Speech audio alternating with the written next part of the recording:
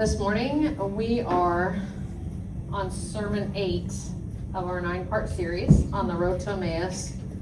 We are almost to the end of the road, my friends. This has been a long road together, but we're getting closer. Just a few reminders before we start. The kids are welcome to stay with us. There's coloring books, crayons, papers in the back corner. They can get up anytime and go do that. Also, there is lots of food still left, so kids or adults that need to get up and stretch your legs, get a drink in the middle of our time here together. It doesn't matter who's up here talking. Feel free to get up and roam around or whatever you need to do there. And then the last thing is, believe it or not, we're going to do something different today. I say that every Sunday, and it's very shocking. So we're going to have some table time together. So I encourage you, if you want to get up and move tables anytime, if most of you are with your family, so you probably don't want to get up and leave your family. That'd be awkward, but you can. If there's someone at another table that you're like, that's who I'd really like to have table talk with. But we're going to join in together on just sharing some time. On some sharing time. And when we do that, I want to say this too. At no time do you ever have to share with your table. Okay? This is not a forced sharing time. You don't have to say things out loud. We don't need to force each other to share. Everyone will be given the opportunity to share, but feel free to just pass to the next person. And that's perfectly okay. Which is also a reminder to us that when someone at our table is sharing, to make sure that we are giving them a safe space and we're a safe person to do that. Whatever that means and looks like to you. So, we are in Luke 24, if you want to find that on your Bible app. If you'd like to find that in your Bible, there's some Bibles on the piano. If you forgot yours this morning, if you want to find Luke 24. And I woke up a little croaky this morning, so I'm going to ask if anyone would be willing to read a long section of the passage this morning for us, verses 1 to 32, which is kind of the overview of all of what we have done so far. Sheila will? Okay. Before Sheila gets us started, if you just want to maybe get comfortable in your seat, take a deep breath. However you came in this morning, maybe relax your shoulders, put your feet on the floor, just kind of get comfortable for a minute. We're not in a hurry this morning, Sheila, so don't feel like you have to rush through it. But we appreciate you. We appreciate you reading. It'll be verses 1 through 32, and I want the rest of us to be thinking about how the disciples on the road were feeling and what they were feeling during this encounter with Jesus. Luke 24, right? Luke 24. Okay. Mm-hmm. But on the first day of the week, at early dawn, they went to the tomb, taking the spices they had prepared, and found the... Wait, am I not in Luke 24? I'm not? I think you want to start in verse 13. Sorry, verse 13 to 32. Thank you. That's why I asked you if I was in the right place. You were in the right place. I just Yes, to go down okay, more. so 13. 13 to 32. Okay, Thank thank you. Okay. I was more confused than you were. I was like, one of us needs to know where we're Because going. you said all the way. I would have let you read the other two, I'm sure. Just start at It's Luke fine. 1. Yeah, no. Oh, Start okay. Genesis for us this morning. Okay, yeah, no. Wow, be here a long time. Okay, on the road to Emmaus. That very day, 2 of them were going to a village named Emmaus, about 7 miles from Jerusalem. And they were talking with each other about all these things that had happened. While they were talking and discussing together, Jesus himself drew near and went with them, but their eyes were kept from recognizing him. And he said to them, "What is this conversation that you are holding with each other as you walk?" And they stood still, looking sad. And then one of them, named Cleopas, answered him, "Are you the only visitor to Jerusalem who does not know the things that have happened there in these days?" And he said to them, "What things?" And they said to him, "Concerning Jesus of Nazareth, a man who was a prophet, mighty in deed and word before God and all the people. and how our chief priests and rulers delivered him up to be condemned to death and crucified him. But we had hoped that he was the one to redeem Israel. Yes, and besides all this, it is now the third day since these things have happened. Moreover, some women of our company amazed us. They were at the tomb early in the morning, and when they did not find his body, they came back saying that they had even seen a vision of angels who said that he was alive. Some of those who were with us went to the tomb and found it just as the women had said, but him they did not see. And he said to them, O foolish ones, of slow of heart to believe all that the prophets have spoken, was it not necessary that the Christ should suffer these things and enter into his glory? And beginning with Moses and all the prophets, he interpreted to them in all the scriptures of things concerning himself. So they drew near to the village to which they were going. He acted as if he were going farther, but they urged him strongly, saying, Stay with us, for it is toward evening, and the day is now far spent. So he went in to stay with them. When he was at the table with them, he took the bread and blessed and broke it and gave it to them. And their eyes were opened, and they recognized him, and he vanished from their sight. They said to each other, Did not our hearts burn within us while he talked to us on the road, while he opened us to the scriptures? And they rose that same hour and returned to Jerusalem. And they found the 11 and those who were with them gathered together, saying, The Lord has risen indeed, and has appeared to Simon. Then they told what had happened on the road, and how he was known to them in the breaking of the bread. Keep going? No, that's Okay. This is a reading of God's word for the people of God. Praise be to God. How do you think the disciples were feeling? Or what do you think they were feeling? Anybody? Shock. Shock's a good one.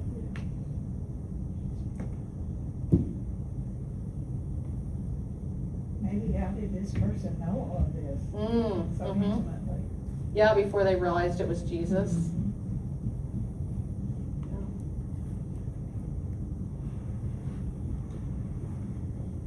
Their perception of this person that they're talking with moved from, how in the world can you not know what's going on, to, wow, we didn't understand all that was going on. Yeah. Oh, that's good, yeah. Yeah. Yeah. How did we not recognize him? Yeah. I feel like that was, yeah. They went from being the ones with the knowledge to being the ones without knowledge. Or, yeah. And that's very unsettling too. Oh, Very, absolutely. not just confused, but just uneasy feeling. Especially when we're very sure in what we think we know. Mhm. Have you ever had a conversation that felt so good that you didn't want it to end? Mhm. Oh, yeah. You know, a time with a friend, maybe a late night with a family member, maybe a really good date night or a lunch date, or a specific Bible study group that just clicks and is able to share. Maybe it was just a time when you were comfortable with that person and you didn't want it to end. Maybe it was a time where you got real deep with that person and shared a lot and they shared a lot. If you've ever had that experience, and I think that most of us have, that's exactly what the disciples on the road to Emmaus felt like as they approached the exit to the village. They were going to go into the village, and Jesus, or this new friend, as they knew him, was going to go on. And it says here in the scriptures, they didn't want him to go on, so they invited him instead to continue on with them. And as the road got dark and dangerous, they decided to urge him very strongly to just stay. Just go ahead and just come and stay with us. We want more of this. They were maybe mid-conversation. That word stay is used twice in this passage that Sheila read to us. And it's very simple. I don't have this complicated word study to do with you. It was just the act that the disciples decided to stay together and walk the road together. And in this act that they invited Jesus to stay with them also. And that opened them to the presence of Christ, this staying together. It's important to notice that, I think. That the staying together is what led them to this revelation from Jesus. Because we live in a transient world. Just in general. We move around a lot, around the country, around the world. We travel extensively, and I don't say that in a bad way. It is super fun. And I think travel is a beautiful thing because it opens us up to new cultures and new people and different lives than ours. But it's very easy for us to be on the move anymore. More than that, though, we leave a lot easier. We change communities and relationships a lot easier than we used to. We leave churches and marriages easier than we used to. And sometimes that is by choice, and sometimes that's really against what we want. We didn't really have a choice in the matter. But our ability to stay is oftentimes what builds stronger communities. And traditionally and historically, religious communities really didn't have a choice but to stay. If you look at Jewish community, for better or for worse, you couldn't just have this huge selection of temples and synagogues. You had one near you. And if you were blessed, then you got to travel to the big temple occasionally, but you had one synagogue, and you were either in or you were out. You didn't get to choose. Now, the leaders could choose whether you were in or you were out, but you couldn't just decide, I'll go to church across town on any given Sunday. Something that we're extremely blessed with now, that we can worship with different communities and different friends. The Catholic community was the same way in the past historically, especially wherever you moved in the community, there was already a parish that was established, and you just knew you were going to be part of that parish, that you would have meals together, that you would check on each other. And then, of course, there's many monastic communities now and in the past where you moved to stay in temples and be secluded and learn there on mountaintops and in valleys far away. I think about even for us now and in the past, we don't do Sunday school here anymore, but when we did, and in the churches that do, that kind of becomes your community. Your small group. You start out thinking, I'm going to try out this Sunday school class, and then next thing you know, you're in there with your best friends, and you're doing life together, and you're eating together, and you just choose to stay together.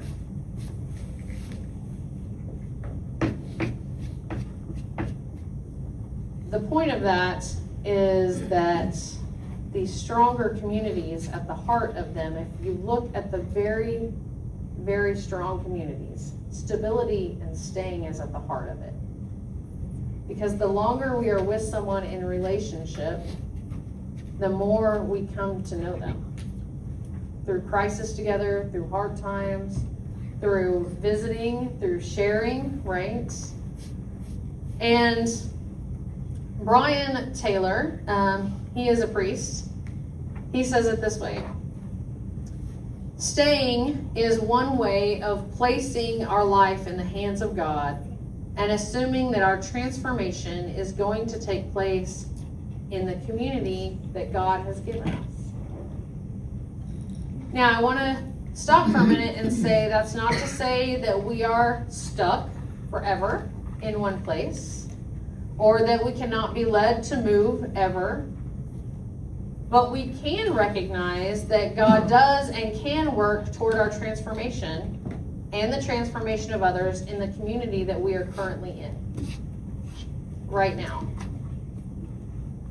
And honestly, to just easily move negates the fact that we always take our problems and ourselves with us. So sometimes the problems we have in one community we take with us, right? Because we're taking ourselves. And likely we'll repeat the same patterns. So when we're in a relationship, we tend to repeat the same mistakes and the same patterns with new people. And part of that is the trauma we have been through that we take with us. And part of it is just habits that we bring. And so the grass isn't always greener on the other side.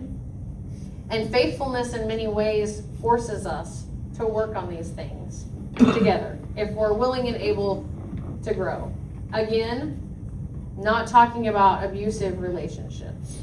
I want to say that. Not talking about forcing us to stay in those places.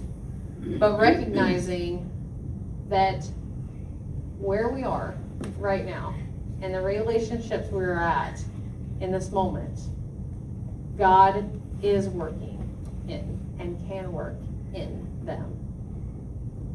Most of you know the story of me pastoring here and then stepping down, but some of you do not, and some of you maybe were not privy to my hours of crying and drama, so you don't know the whole story, so I'm going to share a little piece of it with you this morning. When I was called to step down from senior pastorate, for me, it felt very much out of the blue. And so I did not want to do it, so I didn't for several months. I just went on being in this community that I love. Part of that was knowing that our denomination and most denominations ask a pastor to leave the community when they're done pastoring for good reason. That's not something I'm critiquing. It's hard for a community to connect with a new pastor if they have such a strong connection to the other pastor. And it's really easy for the old pastor, if you will, to be in the middle still of everyone's business, including the new pastor. And so it's not a recommendation. So that was part of it, is I knew that I would lose my community here, and I was struggling with that. There were lots of other things too, but that was a big one. So as the days continued on, and I realized it didn't matter what the outcome was going to be at the end, I was being asked to step down, that God was asking me to do something different. I did. But I felt like I was supposed to stay. And not in the way that as a savior to make sure everything was still right here, right? But I just felt I was supposed to stay. Some of you may already know this. So the first Sunday we had an interim, I came. I really wanted to stay home, and I came. And for probably the first, this is really dramatic. I feel like the prophet up here where I'm just being a huge drama queen. Probably the first month, the first 4 Sundays that the interim is here, I sat in the front in my pew, like I always did. Thankfully, everyone was behind me. And I just cried through the whole thing. I just cried through the whole thing.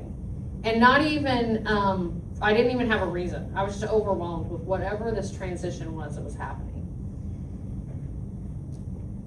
It was really, really hard to stay, even though I knew I was supposed to, and even though it was recommended that I didn't, and even though it was a challenge for all of us, for me to stay. It was a challenge.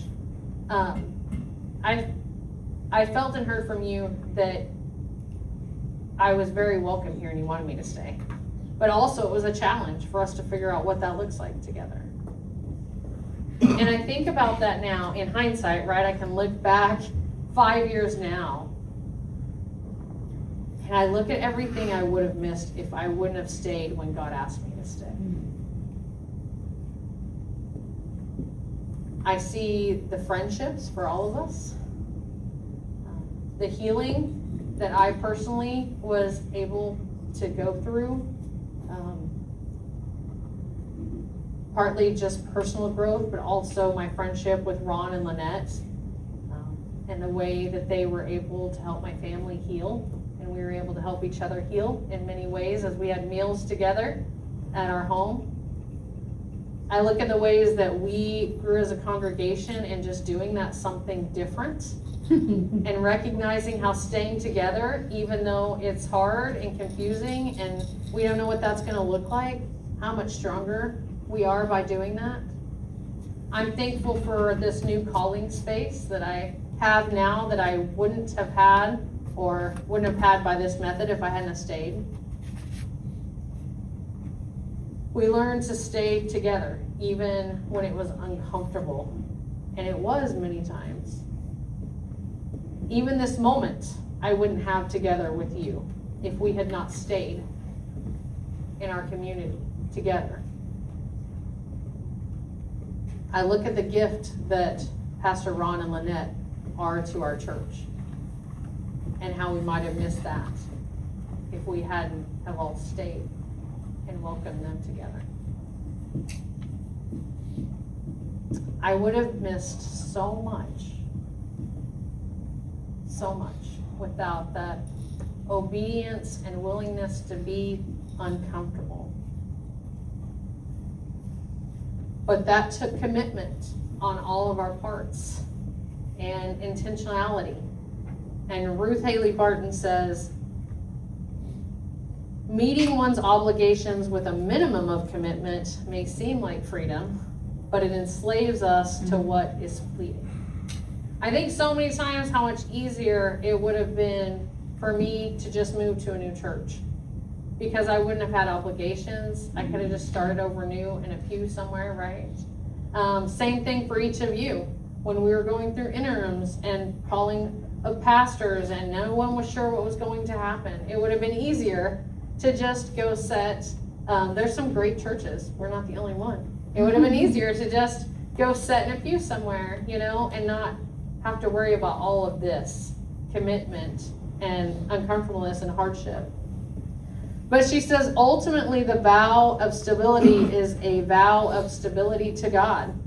God's the only true eternal rock upon which we can stand. But God calls us into a particular life to be spent in the company of particular people, to accept one's life as it is given, is to begin to find freedom. That can be a tough pill to swallow, especially if we are always dreaming of something different, something new. If our wish list is getting longer and longer, a new life, new adventures, new church, different family, if our Pinterest boards and our vision boards are constantly just getting larger and larger and larger. But if you look, it's a beautiful thing to think that God knew exactly who our children needed as mothers and as fathers. Exactly what community we needed in a church. Exactly what friendships we needed to grow, to heal, and then brought us into those by whatever means. That's what freedom really looks like. That's a beautiful, reassuring thing. The choice to stay together for the 3 men on the road to Emmaus, I'll say 2 men, and we're not really sure who the third is. It turned out to be really powerful because then they were able to share a meal together. They were able to do something that looked very ordinary, but turned out to be extraordinary. And I want to remind you that in Jewish culture, that meal would have been very significant because Jewish meals were a time of friendship and intimacy. It's why Jesus was always in trouble for having meals with outsiders, right? And I wonder if later this meal reminded them of the Last Supper, that Jesus had broke the bread before his death, and now they were getting to celebrate it after. But in the middle of this road, as Pastor Ron said, there was, in the middle of this staying, a change. And the change began with them sharing excitedly in some ways, and in some ways deeply grieving, probably going back and forth between the two, what had happened to their teacher, Jesus. And them knowing and sharing the information, and then it kind of goes into from Jesus being the guest to Jesus being the host. Then Jesus starts sharing, well, here's what Scripture says, and it ends with Jesus being the one, like he's the host in the house, breaking the bread and sharing it. And this shift is very much the same as what Jesus does in our life many times. We can see the patterns where we start off coming to Jesus with all of this that we have, all of this that we know and we want to know, and what we think we want and what we think we need. And then Jesus listening so intently, and then gently sharing, and soon becoming the host and the leader and the example and serving us. That's a beautiful thing. That's a beautiful thing. I want you to think back over the last several days. And I want you to notice a time when the presence of Jesus made an ordinary moment extraordinary. And what was that like for you? Because Jesus, I think, is simply delighted to just show up and join right into our lives where we are.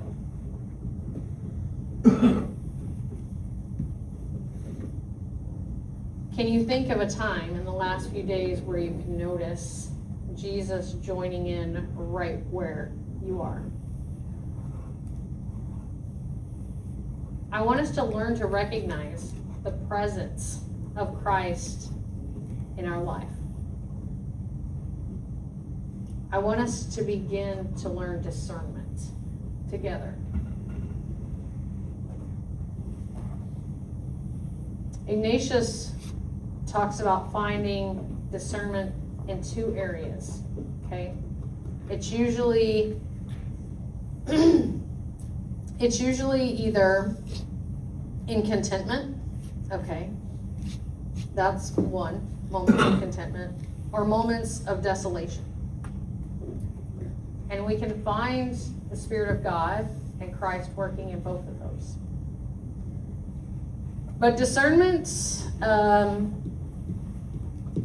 is something we struggle with. I think all of us and most of us. We just really would like God to just tell us what we need to do. Anybody else? It's just me? Like I would really just like to Make it clear. Yes, make it very clear, okay? I love when we're like, send a sign, and Yeah. then I know sometimes God's like, I've been doing that for 3 days. I don't know how else to Still help not you.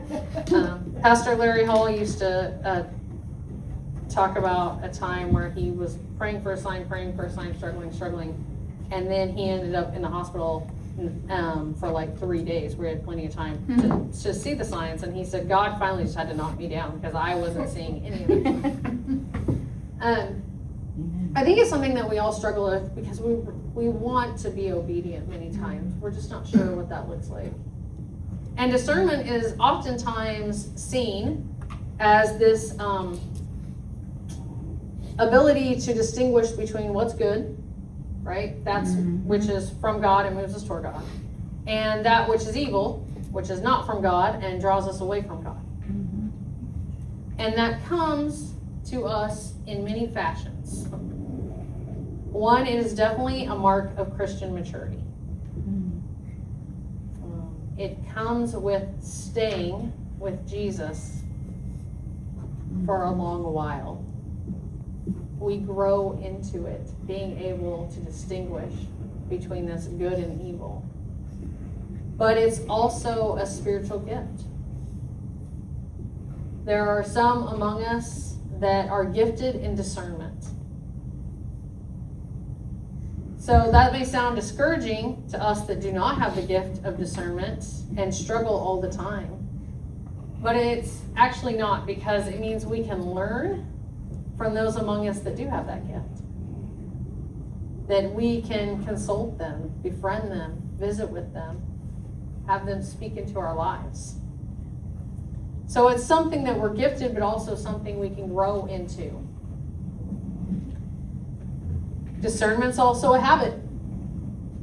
It's something that we can begin to intentionally do every day. Begin to notice what gives life and what drains life. And in that way, it's also a spiritual practice.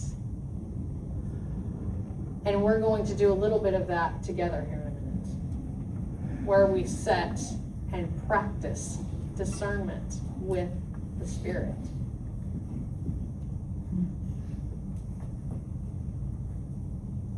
Discernment isn't just deciding between good and evil. It's also defined as the ability to recognize where God is at work so that we can join God in it. That's the kind of discernment we're going to do together today. There are a lot of obstacles that are either put in our way or we put in our way that keep us from recognizing Christ in our life daily and the Spirit in our life daily. That's just the truth. And it can be something small, like we're just really busy, right? That we don't stop for a minute. It can be being not overconsumed, just consumed with grief because we're going through a hard season or a loss and we're unable to discern Christ walking alongside us in the pain.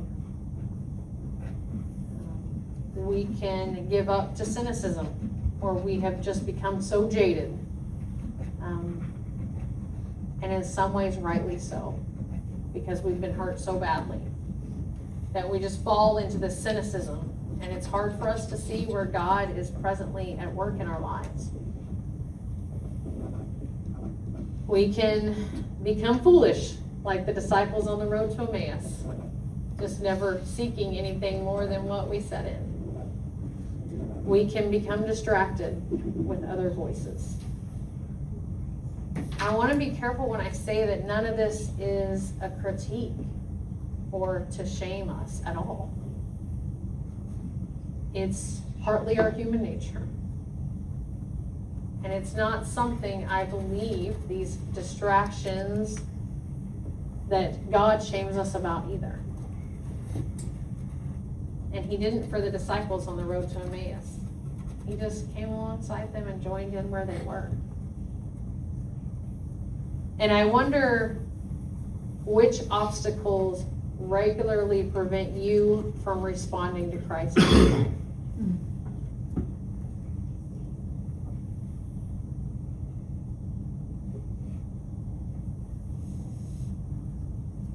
That's hard for us. That's hard for us sometimes.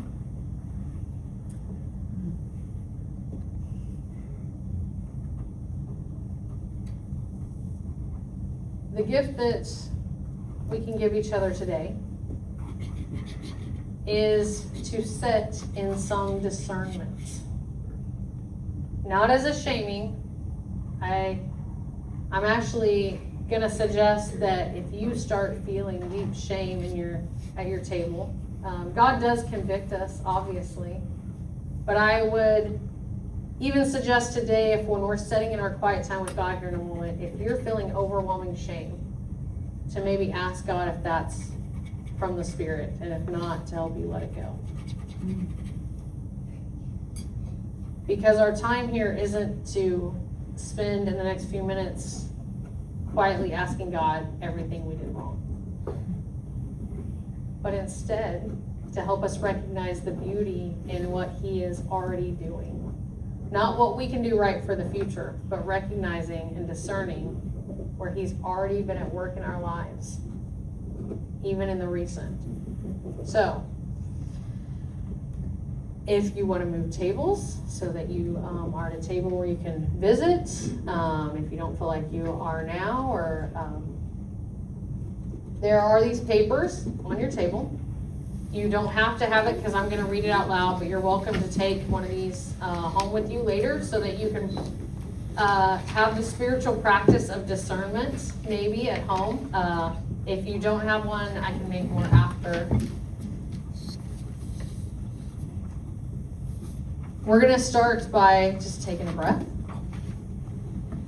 And I'm gonna acknowledge that this is going to stretch us, okay? That this is probably something that may be uncomfortable for some of us. Because it's new. It's new to just sit in silence sometimes, right? And if we only accomplish that today, that's a beautiful thing. But I want you to consider the moment when the Emmaus disciples looked back on their day and noticed Jesus' presence and the effect that it had on them. This is a biblical example of the life-transforming practice called the examine. It's also called the daily review. And here's how we're going to practice it together. First, I'm going to tell you that we're going to move through these stages a little at a time. So we're going to begin by taking time to quiet ourselves in God's presence. Maybe you want to find yourself in a posture of prayer right now. Maybe you want to close your eyes and bow your head. Maybe you want to keep your eyes open. Maybe you can feel that your neck's getting a little stiff. Or you're uncomfortable in your chair and you want to move around and find a more comfortable position.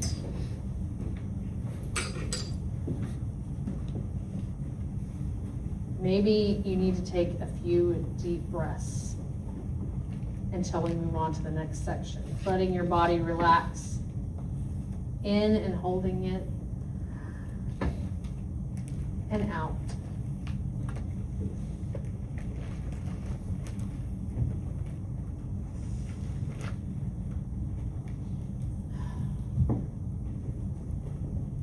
As you continue in silence, review the events of your day or maybe yesterday or this weekend. Start at the beginning and ask God to show you where He was present with you and you were not even aware of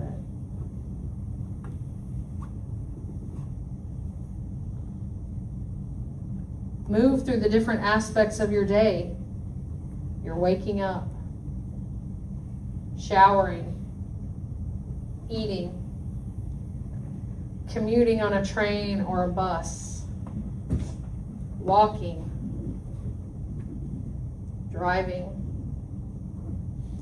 Each of the meetings or the tasks that you engaged in. What about the people you met and interacted with? The decisions that you made, your trip home, your dinner with family, whatever brings you to this current moment.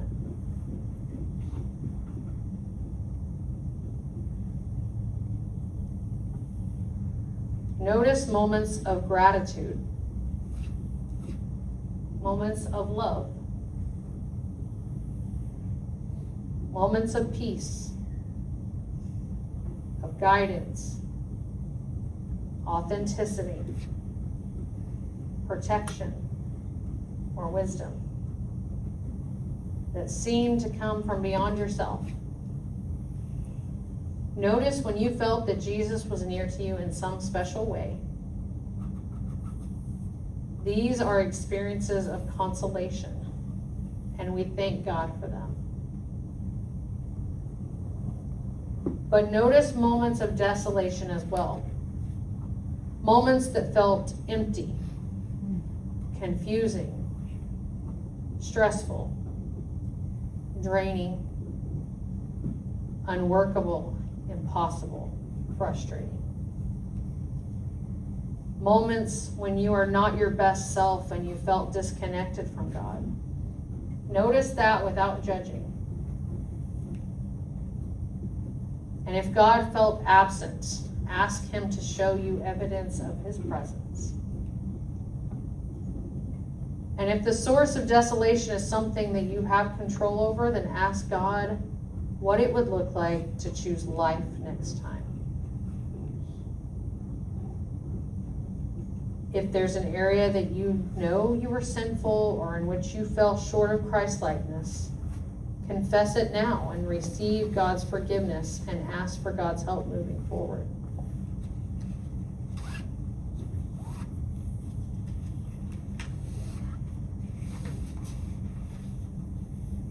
I'm going to ask us to quietly move into table time. And then if you want to briefly share a moment of consolation or desolation, a moment when your heart was burning within you, any wisdom or question that came up or that you noticed for yourself. And then I want the rest of us at the table to just receive that without judgment or even a lot of discussion. Maybe just offer to pray for each other or thank one another for sharing. Again, if you don't want to share, that's okay too.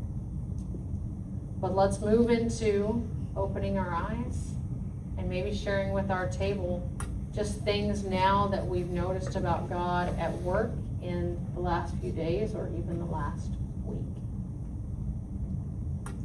After a time of sharing, I'll come back and we'll move on.